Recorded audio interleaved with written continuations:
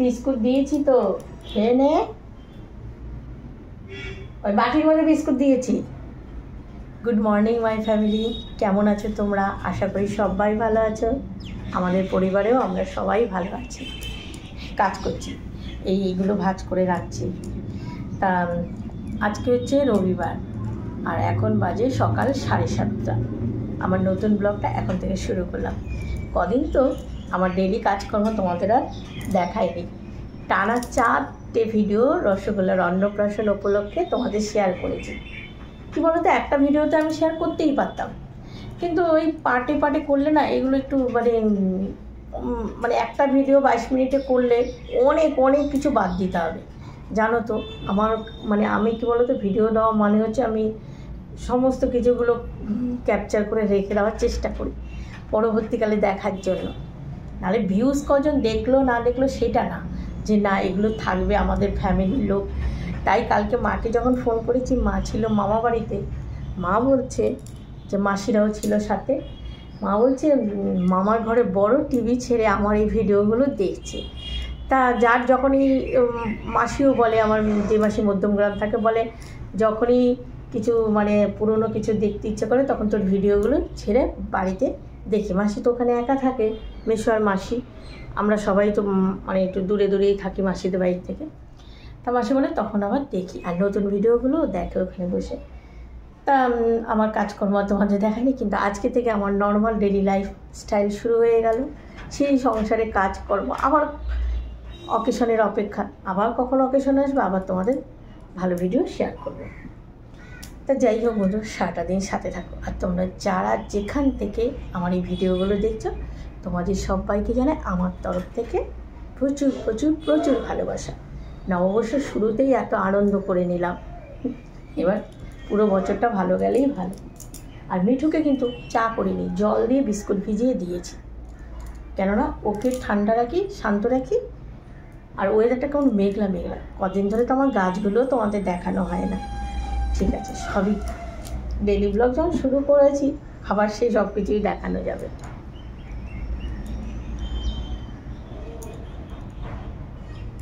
ভেবেছিলাম আজকে সাদা চাদরটা তুলবো, কি বলো তো, সাদা চাদর পাতা থাকলে না কখন কি নোংরা দাগ ভরে যাবে আরেক চিন্তা। তাও আমাদের ঘরে বাচ্চা টাচ্চা নেই, তবুও তা তুলে ভেবেছি কেচে রেখে দেবো। এখন আরেকটা চাদর হয়েছে তো, তা ভাবলাম থাক, এটা আবার কালকে চেঞ্জ করব। তাহলে যে ঘরটা ঝাড় দিয়ে তারপরে কাচতে যাব কতগুলো কাঁচা।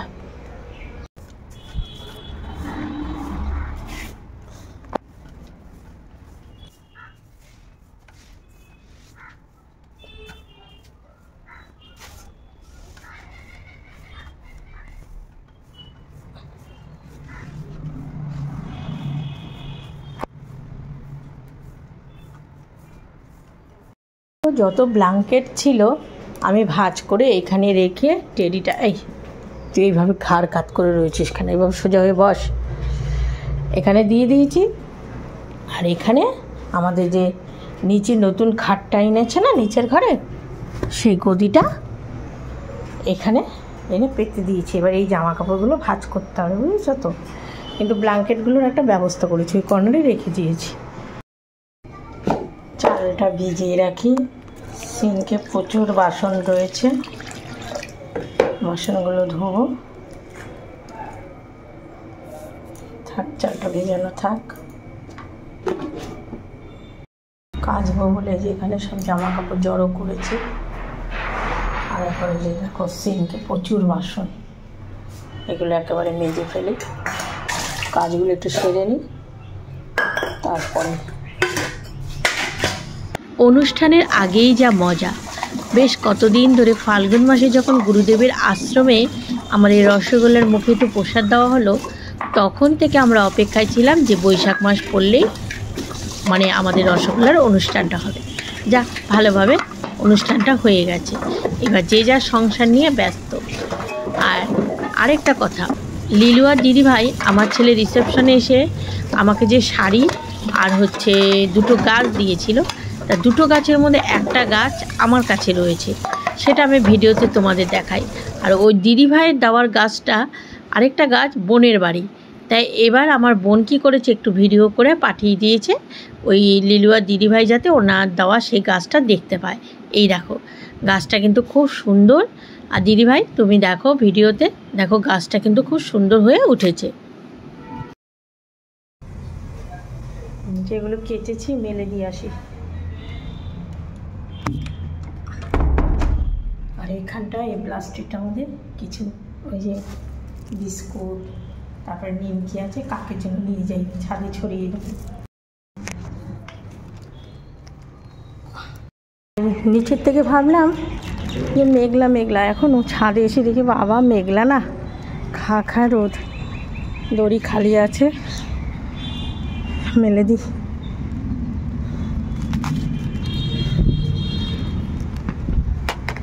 আয় আয় আয় কাকা, আয় আয়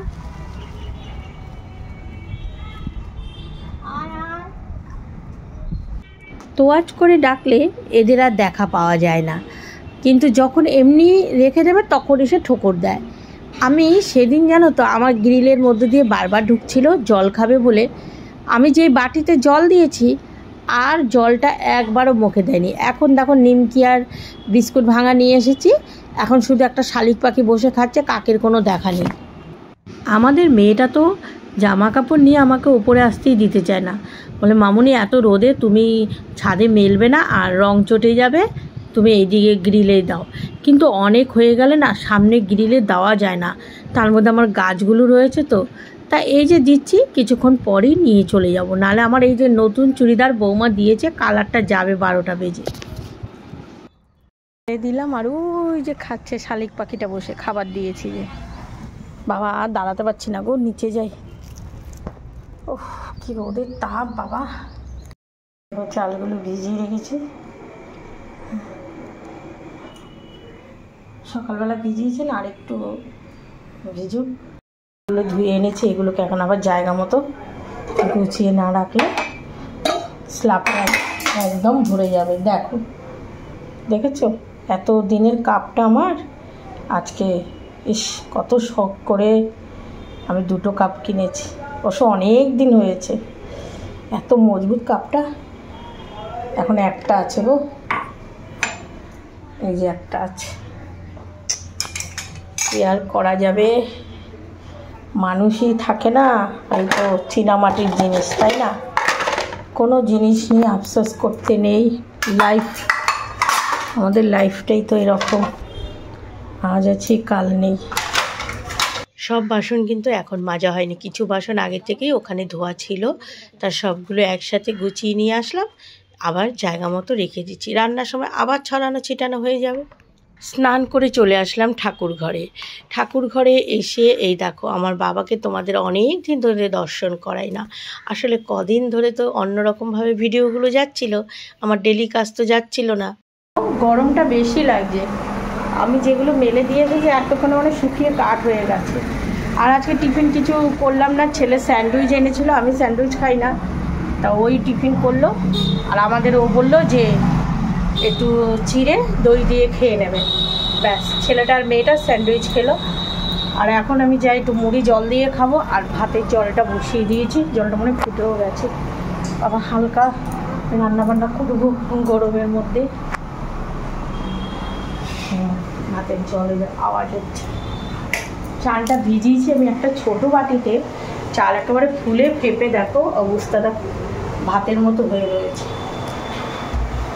আর এই দেখো এটার মধ্যে ভিজিয়েছি একটু বাতাসার জলটা একটু খাওয়া ভালো, ওটা ভিজিয়েছি বাবুর জন্য, বাবুকে একটু দেব।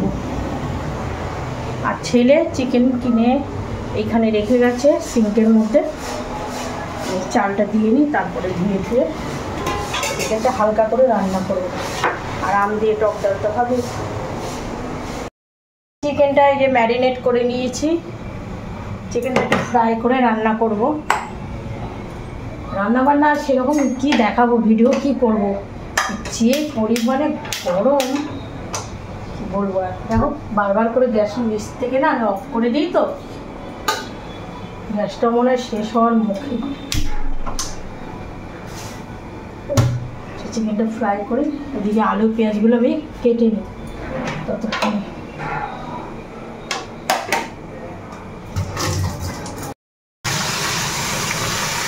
চিকেনটাকে একটু ফ্রাই করে নিচ্ছি।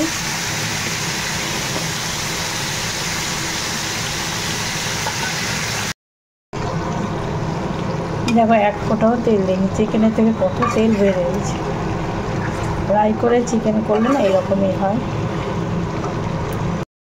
মেয়েটা আবার উচ্ছে ভাজা খায় না, যার জন্য আমি কয়েকটা পটল ভাজা করছি। পটল ভাজা আবার আমাদের ও তারপরে মামুনি এরা ভালো খায়, আমি পটল ভাজা পছন্দ করি না অত।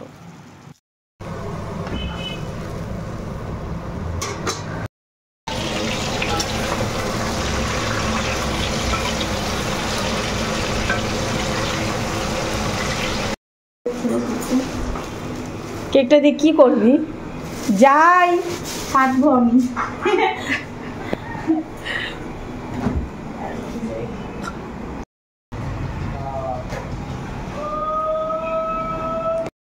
আমাদের মামুনির হাতে একটা কেক দেখেছো? কেকটা ও অর্ডার করে নিয়ে এসেছে, এখন ফ্রিজে রেখে দিল। বাবা খুব সুন্দর। থিম কি বলো তো? বাবা ও থাক, তুই তো এই টেবিল ফাঁকা জায়গাটায় নিতে পারতি। থাক, কিচ্ছু হবে না। সকালবেলা ছেলেকে বলেছিলাম বাবু একটু মটন খাবি, তাহলে নিয়ে আয়। তা বলছে না মা। আর সত্যি অন্যান্য দিনের তুলনায় আজকে তো খুব গরমটা অনুভব করছি বেশি। আর এইদিকে চিকেনটা কিন্তু আমি ফ্রাই করে রান্না বসিয়ে দিলাম। আর জানো তো একটু হালকা ঝোল করব।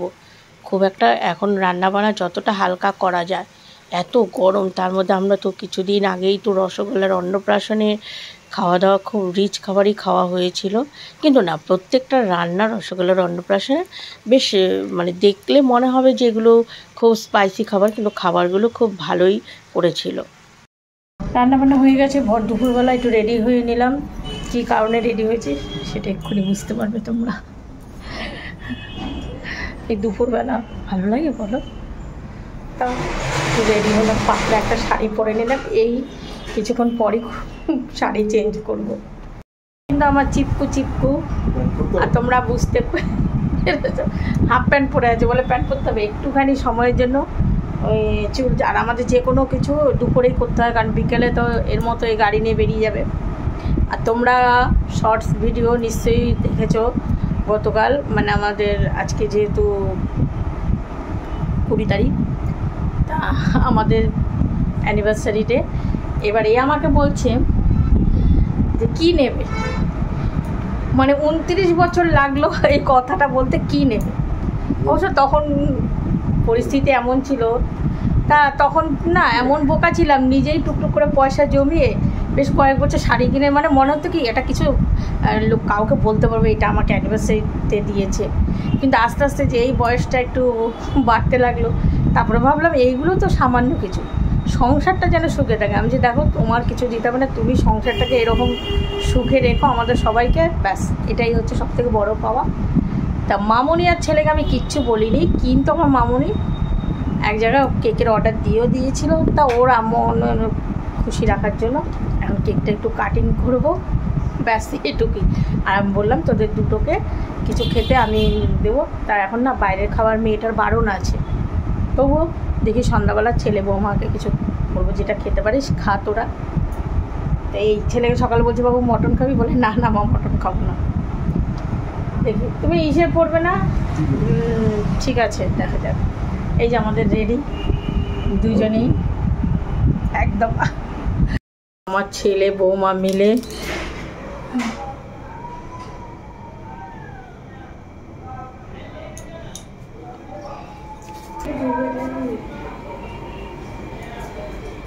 এই আনন্দ যে ছেলে আর আমাদের মামুনি যে এটা জোগাড় করেছে। আর এটা কিন্তু আমার মামুনি নিজে পয়সা দিয়ে কেকটা কিনেছে। আমরা বাবু তুই এনেছিস কেন, বলে মা আমি আনিনি, ওর পয়সা জমানো, সেই জমানো পয়সা দিয়েই মেয়েটা কেকটা কিনেছিস। দেখো না হয়ে যাবে, তার আগে তোমরা দেখে নাও।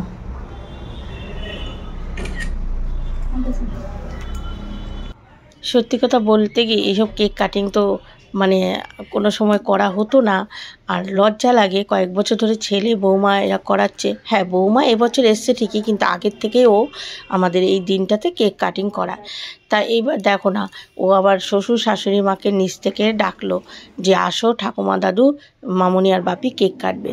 তার ছেলে মেয়ে দুটোর কথা ভেবে যে ওরা খুশি, ওরা যেভাবে আনন্দ থাকতে মানে পারে, যুগের সঙ্গে তাল দিয়ে তো চলতে হবে, তাই না? তা আমাদেরও জামা প্যান্ট পরে নিল, আমিও শাড়িটা পরে নিলাম, আর শাশুড়ি মা ও শ্বশুরমশাই চলে আসলো ওপরে। এইটুকু ঘরোয়া আনন্দ সবাই মিলে, এটাই তো মানে পরিবার, তাই না? যেটুকুই হোক, সবসময় যে অনেক আয়োজন করে সবাই মিলে আনন্দ করা, সেটার থেকেও অনেক সময় ছোট্ট একটা মুহূর্ত, সেগুলো কিন্তু পরিবারের মধ্যে বেশ একটা বন্ডিং। না এখন আমার বলে মামনি শাড়ি পরো, কেক কাটাবো। এই সব কেক কাটিং দেখতে আসছে।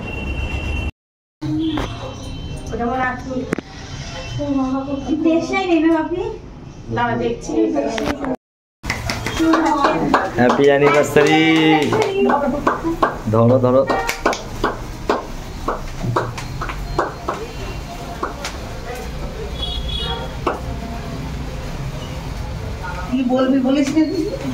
এটা হ্যাপি অ্যানিভার্সারি। খাওয়া ঠাকুমা দাদুকে নিজেদের খাওয়া দুজন দুজনকে, তারপরে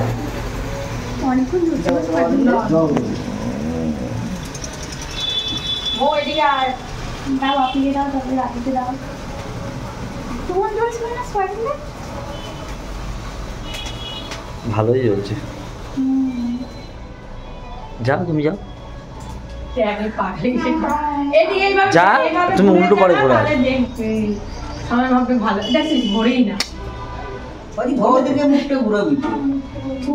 আছড়াবে না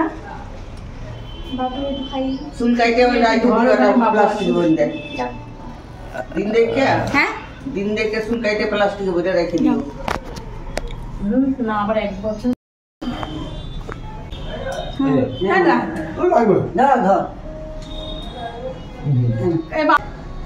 দাদা নমস্কার।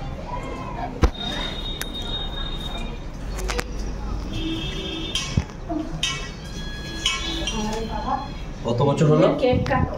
29। পা চালাও বাবা, গরম। হ্যাঁ দাদু একটা দিন না, তুমি আমার হাসি একটা স্মাইল দাও। বাপের আমি বাবা। এখন বাজে বিকেল 5টা, আর আমি রেডি হয়ে গেছি। এখনও একটু রোদের তাপ আছে, যাচ্ছি এক জায়গায়, যেখানে যাচ্ছি তোমাদেরও ভালো লাগবে, চলো। আর আমি একা যাচ্ছি না, সাথে আরও কেউ যাবে, তারা আসছে। আমাকে এক্ষুনি ফোন করলো, তারা রেডি হয়ে বেরিয়ে গেছে।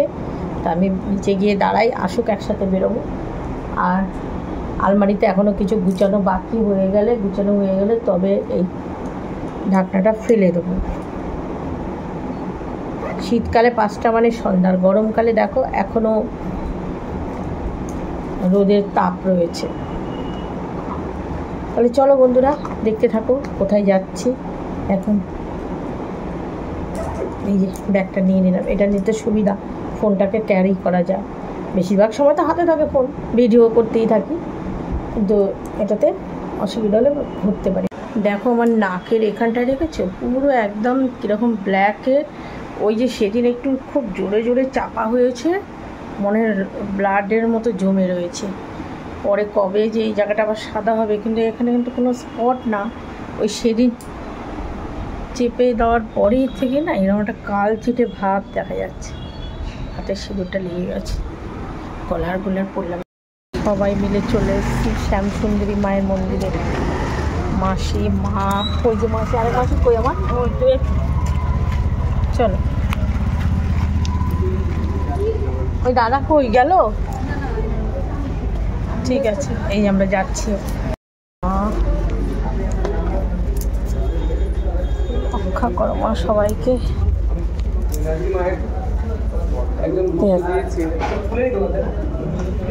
আয় মাসি। ধূপকাঠি মোমবাতি পরে এক সময় এসে নিয়ে যাবে সব।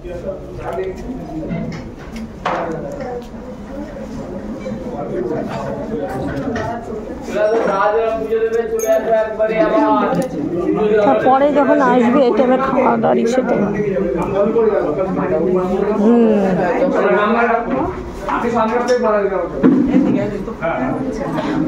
এদিকে চলো। আর বাচ্চা একটা মেয়ের মতো। প্রত্যেক সপ্তাহে দিয়ে যায়। আজকে বলুন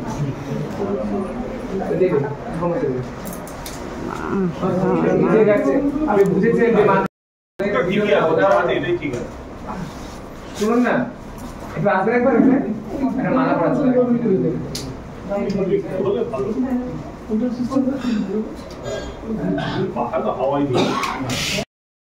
মাকে মালা পরানো হলো। দেখা যাচ্ছে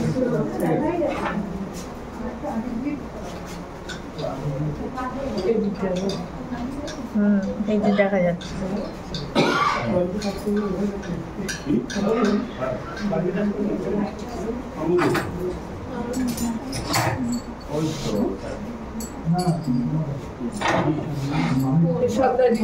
জয় মা শ্যাম সুন্দরী কি জয়, মা শ্যাম সুন্দরী কি জয়, মা শ্যাম সুন্দরী কি।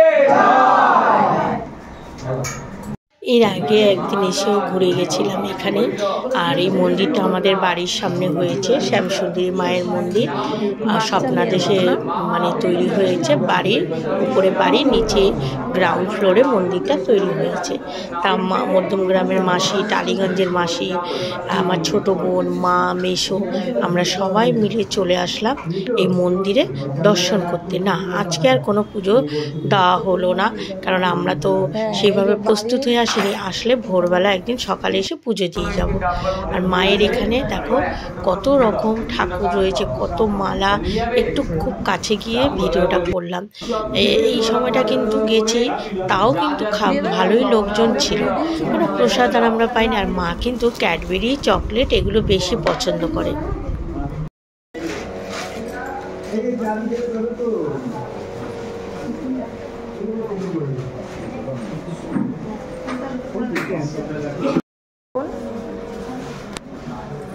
সব ধূপকাঠি মোমবাতি সব জ্বালায়।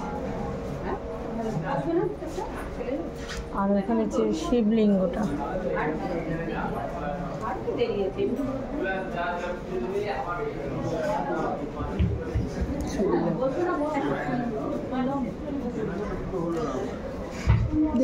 বাড়ির একদমই কাছে শ্যামসুন্দরী মায়ের মন্দির। এর আগে একদিন রাত্রে এসেছিলাম আমি। এই শিবলিঙ্গটা কত বড়।